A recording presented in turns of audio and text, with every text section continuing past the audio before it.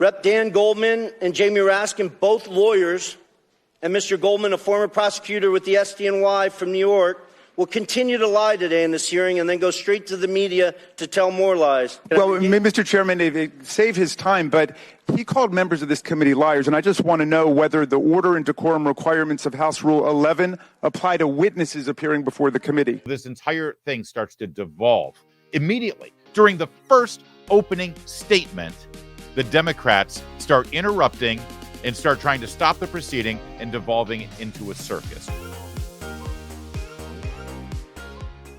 The latest impeachment hearing. It's part of the Oversight Committee that's headed up by James Comer and Jim Jordan and Jason Smith. They're the chairmen of Oversight and of Judiciary and of Ways and Means, respectively.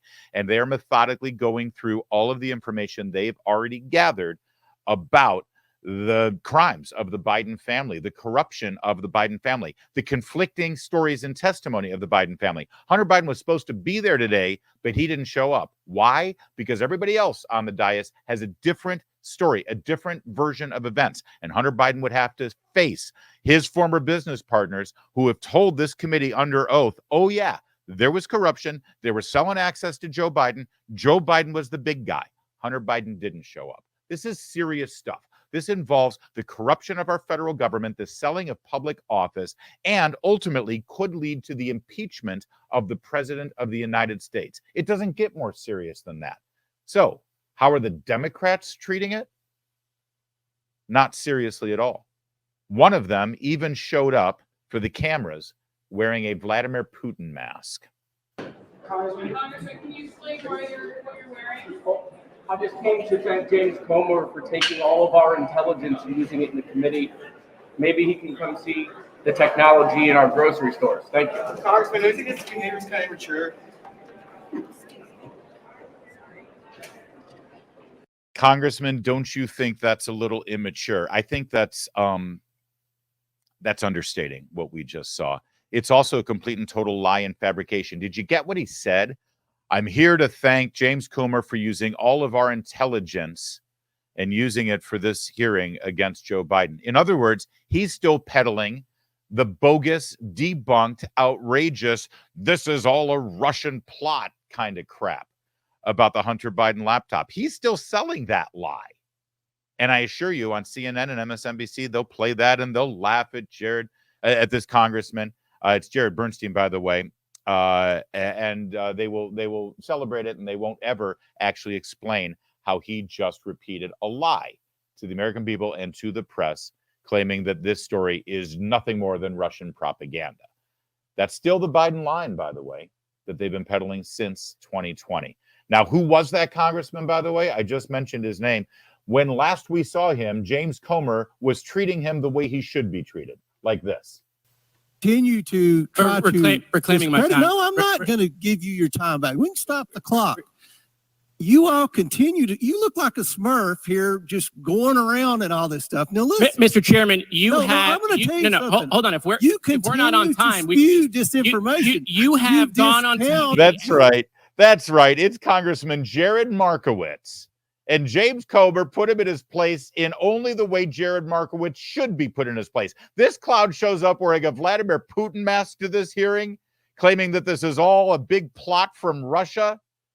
James Comer treated him exactly how he should be treated. A Smurf. That's what he is. He's a Smurf. By the way, sadly, in that video, you couldn't see what James Comer was looking at when he called him a Smurf. So we'll show it to you. There. That's what he was looking at. He does look like a Smurf. Smurfs are cuter. But he certainly dressed like a Smurf. He should have said you're dressed like a Smurf. Who wears that to Congress? No wonder he's putting a Vladimir Putin mask on. He's hanging his head in shame. You Smurf.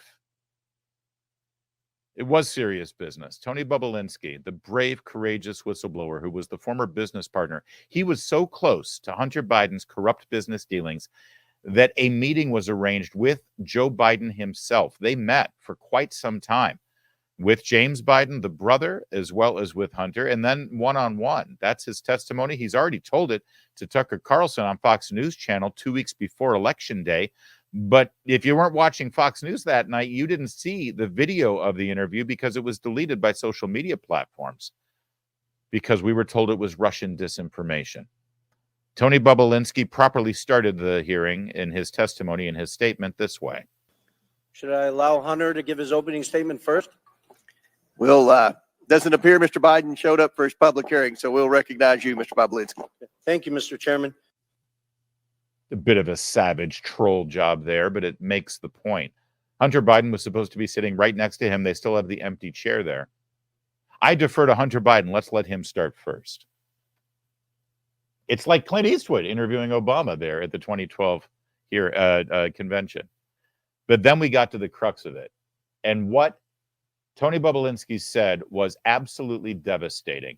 And he turned his guns on the Democrats on that dais, the ones who show up and instead of wearing a mask and dressing like a Smurf, they actually use the power of their position to lie about him, to lie on behalf of the Biden family, and to lie to the American people about what this is all about. Yet the same people preaching this mantra know better. They continue to lie directly to the American people without hesitation and remorse.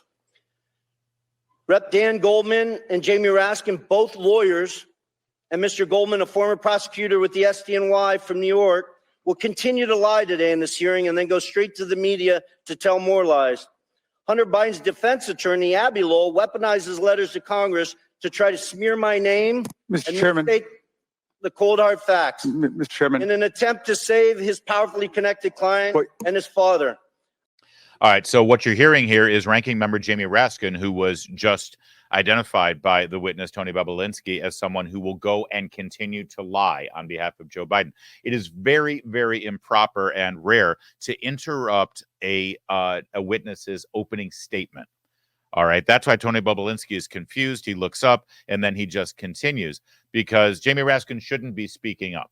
He's begging for a break here. He's begging to distract. He's begging to stop this statement because he thinks it's wrong that he was just called a liar, which is pretty rich considering what comes out of Jamie Raskin's mouth on a regular basis about people like Tony Bobulinski, about Republicans, about you, frankly, because he holds you in contempt for daring to support a Republican. Tony Bobulinski. So this entire thing starts to devolve immediately. During the first opening statement, the Democrats start interrupting and start trying to stop the proceeding and devolving it into a circus. Watch how it proceeds. I challenge Mr. Lowell to make those claims on national television so he can be held accountable for his lies. Prior to my successful business career, I was an officer in the United States Navy. At Navy's elite Naval Nuclear Power Training Command, I later served as the command's chief technology officer. Proceed. I apologize for the disruption from the. Okay. Am I supposed to say it's my time, Mr. Raskin? Yeah, but please, Mr. Bobulinski, please Okay. come to order. Mr. Bobulinski, please proceed. Okay. Please proceed. I apologize for the disruption from the minority. Okay. Well, Mr. Chairman, it saved his time, but he called members of this committee liars, and I just want to know whether the order and decorum requirements of House Rule 11 apply to witnesses appearing before the committee. All right, so what that means is if a fellow member of Congress is not supposed to call their colleagues liars. Smurf is fine, but not liars. Because it goes against the decorum of the House. So Jamie Raskin is now saying, well, doesn't that apply to witnesses? We can't. Who does this man think he is? I don't care that he served in the Navy. I don't care that he was smart enough to graduate from nuclear power school. I don't care that he's an American citizen and a voter. No, you know what, Jamie Raskin? It's our God-given right to be able to call the likes of you liars. Jamie Raskin, how dare a measly little voter who's just the scum on the bottom of my shoe. How dare he think that he can come into my house, my room, my chamber, and call the likes of me? Don't you know who I am? You don't call me a liar. No, actually, Jamie Raskin, that's exactly how every single elected official should be treated by its citizenry. Every single elected official should be called liars and whatever we want to call them. And by the way, keep your mouth shut and just go about your business. And if you don't want that kind of abuse and kind of reaction from the citizenry, maybe you should find a new line of work. Okay? That's how we roll here in the United States of America. But Jamie Raskin wants to make sure that this fits in with the decorum of the House, because Jamie Raskin, he's all about decorum. Does it apply or does it not?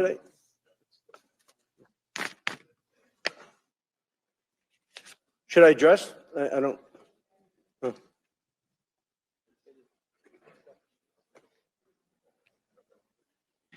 There's decorum from the members. We've asked for that. There's no language that I'm aware of pertaining to a witness. Thank you. So don't make sure we didn't waste any of his time on the opening statement. Mr. Bobulinski, I'm sorry for the disruption. Please continue your opening statement. I think Mr. Raskin, used. We'll make sure it's right. We'll make sure. Okay, great. I just want to. All right. So the conclusion is Mr. Bobulinski, called Jamie Raskin and Representative Goldman liar as much as you want, dude. We don't mind that at all. In fact, we want more. Thank you. That was Chairman Jason Smith, though, there from Ways and Means, advising his friend James Comer. This is a good crew, these three. They know what they're doing. All right, moving on. Tony Bobulinski had much more to say. I want to be crystal clear. From my direct personal experience and what I've subsequently come to learn, it is clear to me that Joe Biden was the brand being sold by the Biden family. His family's foreign influence peddling operation from China to Ukraine and elsewhere sold out to foreign actors who are seeking to gain influence and access to Joe Biden and the United States government. Joe Biden was more than a participant in and a beneficiary of his family's business. He was an active, aware enabler who met with business associates such as myself to further the business, despite being buffered by a complex scheme to maintain plausible deniability. I ask this big question. If there's no evidence of corruption here today, if Joe's conduct and the conduct of his family were fully legal and proper, then why are they so dishonest about it? That's a really good question. And why do they want to hide so much of the evidence about it? Why do they want to conceal so much about it? If these businesses were so above the board, legal and proper, why on earth do they have upwards to 30 different shell companies set up with financial bank transfers going on back and forth between all of them? Does that seem kosher to you? Does that seem legal? I'll be honest with you. If this entire business setup of Hunter Biden's and James Biden and Joe Biden's, if the entire thing was legal, then the bigger problem that we have to address is the fact that our politicians and elected officials ingrained in Washington, D.C. over the past decades have set up a system where none of this is against the law. I mean, honestly, just let's rip up all of the laws at this point. What's the point that they've created a system for themselves to enrich themselves and then none of this is illegal? Honestly, that may be the biggest scandal of all, that it's all above board and legal. But of course it's not. It isn't. And it's a great question that he asks. See, he just said that Joe Biden was a complete and total knowing, full participant and enabler in all of this. And if all of it was legal, why do they continue to lie about it? And they have lied about it. That's what today's hearing is all about the contradictory testimony. And that's why Hunter Biden didn't show up, because they had an army of witnesses tell them all of these things. And then Hunter Biden said, nope, that's wrong, that never happened. So somebody's lying. Who do you think it is? And one other thing with regard to Biden, Joe Biden and the Biden White House's arguments here, their only defense at this point is what you heard Bobulinski just say, plausible deniability. In other words, hey, they may have been doing all of this, but I didn't know anything about it. So to believe that, you have to believe that Joe Biden, when he was vice president, had ongoing frequent telephone calls and text message exchanges with his son about this business. And he never realized that he was the product and he was the brand that was being sold. You also have to believe that he had multiple phone calls with his son where his son would put him on speakerphone in front of the gathered assembly from Russia or Ukraine or from China or from Kazakhstan or whatever other country was giving them money for access and influence. Talked to all of them in the room on the speakerphone, and just asked about the weather and exchanged pleasantries, and never actually realized that what he was doing was demonstrating to those clients that his son had access to the vice president of the United States.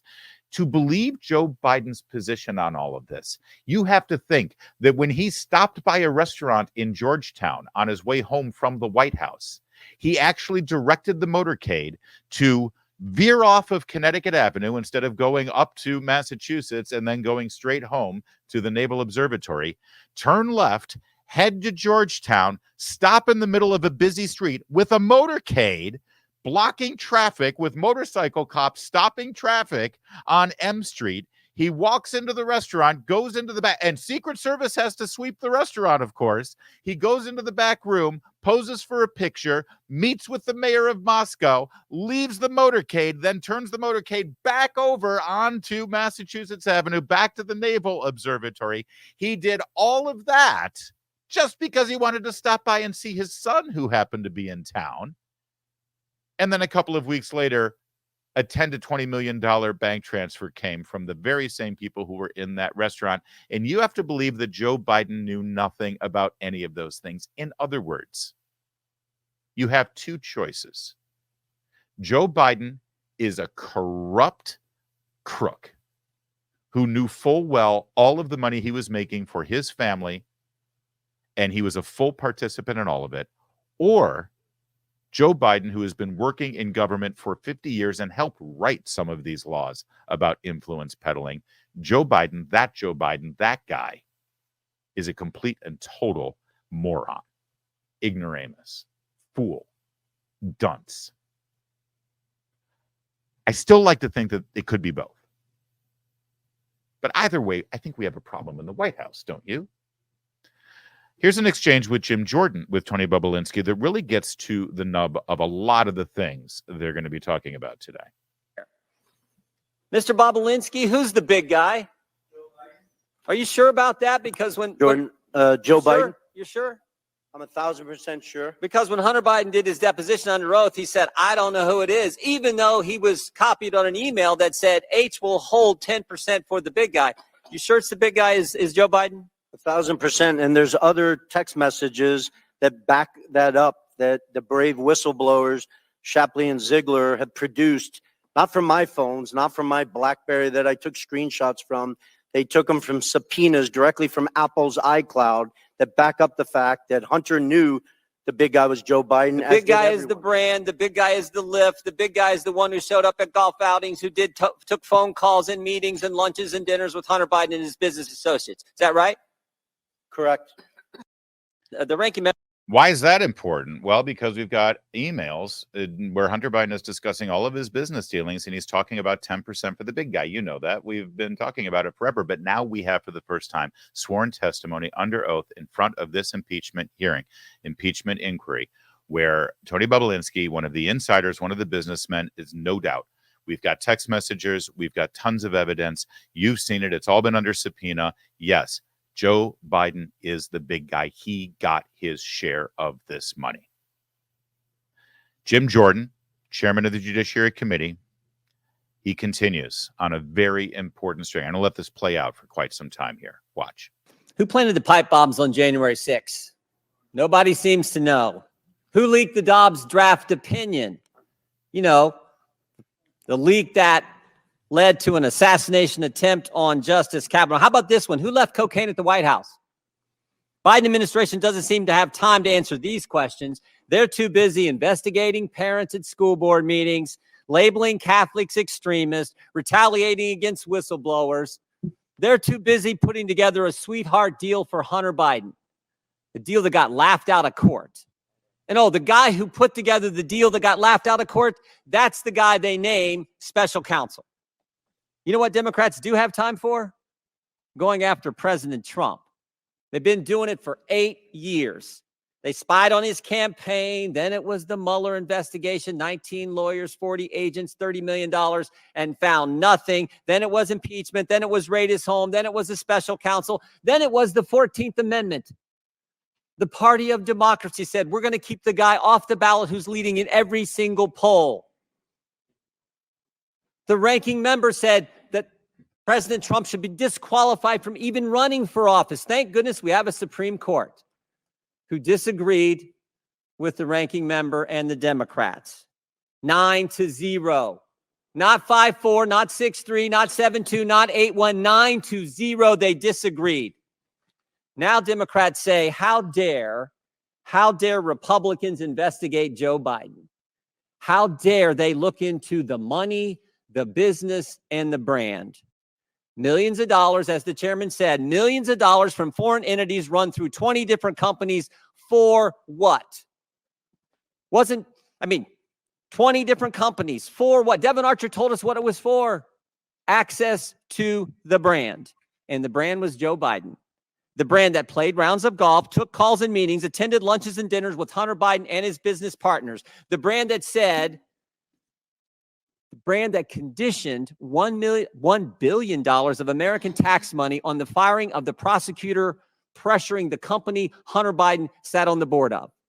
And oh, by the way, was getting paid $1 million a year. Today, we're going to learn more about that brand. We're going to learn more about what Mr. Galanis called the Biden lift.